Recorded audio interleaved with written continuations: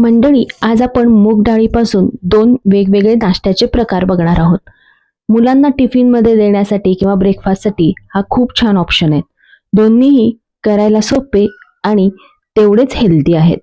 चला मग पटकन रेसिपीला सुरुवात करूयात. नमस्कार मंडळी, ऋतुराधा रेसिपीजमध्ये तुमचे मनपूर्वक स्वागत आहे. आता यासाठी मी मूग डाळ घेतली. साधारण 1 वाटी मूग डाळ 3 ते 4 तास भिजवत ठेवली. ती डाळ व्यवस्थित भिजल्यानंतर उपसून काढली, सगळं पाणी काढलं आणि ती मिक्सरच्या भांड्यात घेतली. मिक्सरच्या भांड्यात मिरच्या, आलं आणि लसूण घातले. साधारण 3 ते 4 मिरच्या, एक अर्धा इंच आलं आणि 5-6 लसणाच्या पाकळ्या घातल्या. त्याची चांगली पेस्ट करून घेतली.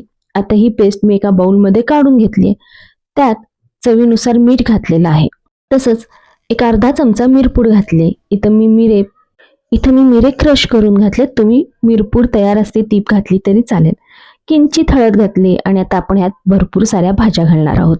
इथं मी किसलेला गाजर घातलाय, बारीक चिरलेली सिमला मिर्च, बारीक चिरलेला कांदा, बारीक चिरलेली कोथिंबीर. इथं एखादी पालेभाजी सुद्धा तुम्ही बारीक चिरून घालू शकता. तसेच वाफवलेले कॉर्न घातलेत. आता हे मिश्रण आपण व्यवस्थित मिक्स करून घेऊया. आता इथं तुम्ही तुमच्या आवडीनुसार भाज्या कमी जास्त करू शकता किंवा प्रमाण सुद्धा तुम्ही तुमच्या आवडीनुसार कमी जास्त करू शकता. आता हे मिश्रण व्यवस्थित मिक्स झालंय. इथं मीठ आणि पाण्याचा अंदाज घ्यायचा. आता इथं मला जरा पीठ घट्ट वाटते, त्यामुळे किंचित पाणी घालून पुन्हा मी हे मिश्रण व्यवस्थित मिक्स करून घेते. आता हे आपलं मूग डाळीचं मिश्रण तयार झालंय. ह्याच्यापासूनच आपण 2 प्रकार बघणार आहोत. मगाशी मी जिरे घालायची विसरलेले. आता एक अर्धा चमचा जिरे ह्याच्यामध्ये घालून मिश्रण पुन्हा एकदा मिक्स करून घेते. आता ह्याच्यात मी थोडासा सोडा घातलाय, एक अर्धा चमचा सोडा घातलाय. तुम्ही इथं इनो सुद्धा घालू शकता आणि थोडंसं पाणी घालून ते ऍक्टिव्हेट केलं आणि पुन्हा एकदा मिश्रण व्यवस्थित मिक्स करून घेतलेलं आहे. आता आपण 2 प्रकार आहेत, त्यातला पहिला प्रकार करून बघूया. इथं मी एक पॅन घेतलाय, त्यात थोडंसं तेल घातलंय. ते तेल गरम झालं की त्यात मोहरी घातली. मोहरी तडतडल्यावर थोडेसे अर्धा चमचा तीळ सुद्धा ह्याच्यामध्ये घालायचे. आता तीळ घातल्यानंतर आपण जे मिश्रण केलं आहे ते जाडसर असं ह्याच्यावर पसरवायचं आहे. मिश्रणाचा जाड थर आपल्याला ह्याच्यावर पसरवायचा आहे, ह्या अशा पद्धतीने. आणि आता ह्याच्यावर झाकण ठेवून एक साईड व्यवस्थित आपण भाजून घेऊया. थोडंसं वरती किसलेलं गाजर घातलंय. इथं तुम्ही किसलेला बीट सुद्धा घालू शकता, म्हणजे छान दिसतं. हे बघा, एक 5 मिनिटं झालेत आणि मस्त कलर आलेला आहे. छान प्रकारे एक बाजू भाजून झालेली आहे. आता दुसरी बाजू सुद्धा आपण अशीच भाजून घेऊया. इथं गॅस आपल्याला मीडियम ते लो फ्लेमवर ठेवायचा आहे. आता दुसरी बाजू सुद्धा व्यवस्थित भाजून झालेली आहे. हे बघा, मस्त दोन्ही बाजूनी हे भाजून झालेलं आहे. आता आपला हा पदार्थ तयार आहे. तो आता छान काढून घेऊया. त्याचे छान 4 काप करूया आणि वरती चीज किसून घालूया. भरपूर भाज्या आणि मूग डाळ वापरली आहे, त्याच्यामुळे हा पदार्थ एकदम पौष्टिक होतो आणि तेवढाही चविष्ट पण होतो. हे बघा, मस्त असा हलका पण झालेला आहे, तुम्ही इथं बघू शकता. मूग डाळ 3 ते 4 तास भिजवली, उपसून घेऊन मिक्सरमधनं बारीक केली. बारीक करताना त्यात मिरची, आलं, लसूण घातलेलं आहे.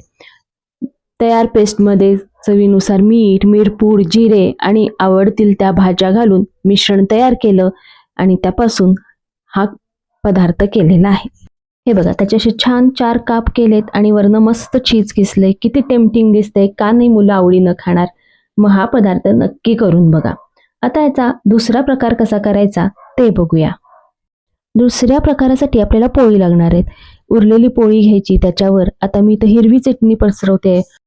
तुम्ही टोमॅटो सॉस किंवा पास्ता सॉस किंवा पिझ्झा सॉस किंवा मुलांना आवडेल तो सॉस पसरू शकता किंवा मेयोनीज पसरू शकता. आणि त्याच्यानंतर ह्याच्यावर आपण तयार केलेलं मूग डाळीचं मिश्रण पसरून घेऊया. इथं पण आपल्याला मूग डाळीचा जरासा जाडसर थर घ्यायचा आहे. बरं, मी मिश्रणात सोडा वापरलाय, तो जरा हलकेपणा येण्यासाठी. तो पूर्णतः ऑप्शनल आहे, तुम्हाला नको असेल तर तुम्ही तो स्किप करू शकता. हे बघा, आपण एकीकडे पोळीवर मस्त जाडसर थर या मिश्रणाचा पसरवला आहे.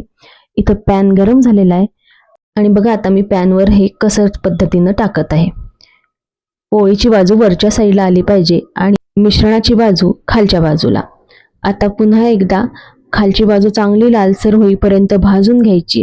इथून वरती मी जरासं पोळीला बटर लावून घेते. म्हणजे पलटल्यानंतर पोळीची बाजू छान कुरकुरीत भाजून होईल. हे बघा, मस्त लालसर असा रंग आलेला आहे. ही बाजू भाजून झालेली आहे. आता दुसरी बाजू पण छान लो फ्लेमवर गॅस ठेवून कुरकुरीत होईपर्यंत भाजून घ्यायची. की आपला हा प्रकार तयार झालेला आहे. हे बघा, मस्त असा हा सुद्धा प्रकार तयार झालेला आहे. उरलेली शिळी पोळी सुद्धा उपयोगी पडते. पोळी पिझ्झा म्हणून सुद्धा तुम्ही हा मुलांना खायला देऊ शकता. हा सुद्धा पदार्थ टिफिनमध्ये किंवा संध्याकाळच्या खाण्यासाठी छान लागतो. असेच आम्ही हेल्दी आणि सोपे पदार्थ आमच्या चॅनलवर दाखवलेत. ते जर तुम्ही नसेल बघितला तर नक्की बघा. हे बघा, हे सुद्धा किती छान हलकं झालेलं आहे. ह्याचे सुद्धा आपण 4 काप करून वरती चीज किसून मुलांना देऊ शकतो.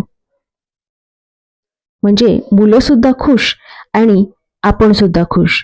मग मंडळी, कशा वाटल्या ह्या दोन्ही रेसिपी? आवडल्या का? आवडल्या असेल तर व्हिडिओला लाईक, कमेंट आणि शेअर नक्की करा. आणि मंडळी, स्वतःची काळजी घ्या. असे मस्त खाण्यासाठी स्वस्त राहा आणि स्वस्त राहण्यासाठी असेच मस्त खात राहा. त्यासाठी आमचे चॅनल सबस्क्राईब करा. कारण अशा मस्त रेसिपींबरोबर जुन्या पारंपरिक रेसिपी सोप्या पद्धतीने कशा करायच्या हे आम्ही आमच्या चॅनलवर नेहमीच दाखवत असतो. बेल आयकॉनचे बटन प्रेस करून ऑल नोटिफिकेशनवर क्लिक करायला विसरू नका. म्हणजे अशा नवीन रेसिपीचे अपडेट्स तुम्हाला येत राहतील. आणि ही रेसिपी शेवटपर्यंत बघितल्याबद्दल धन्यवाद.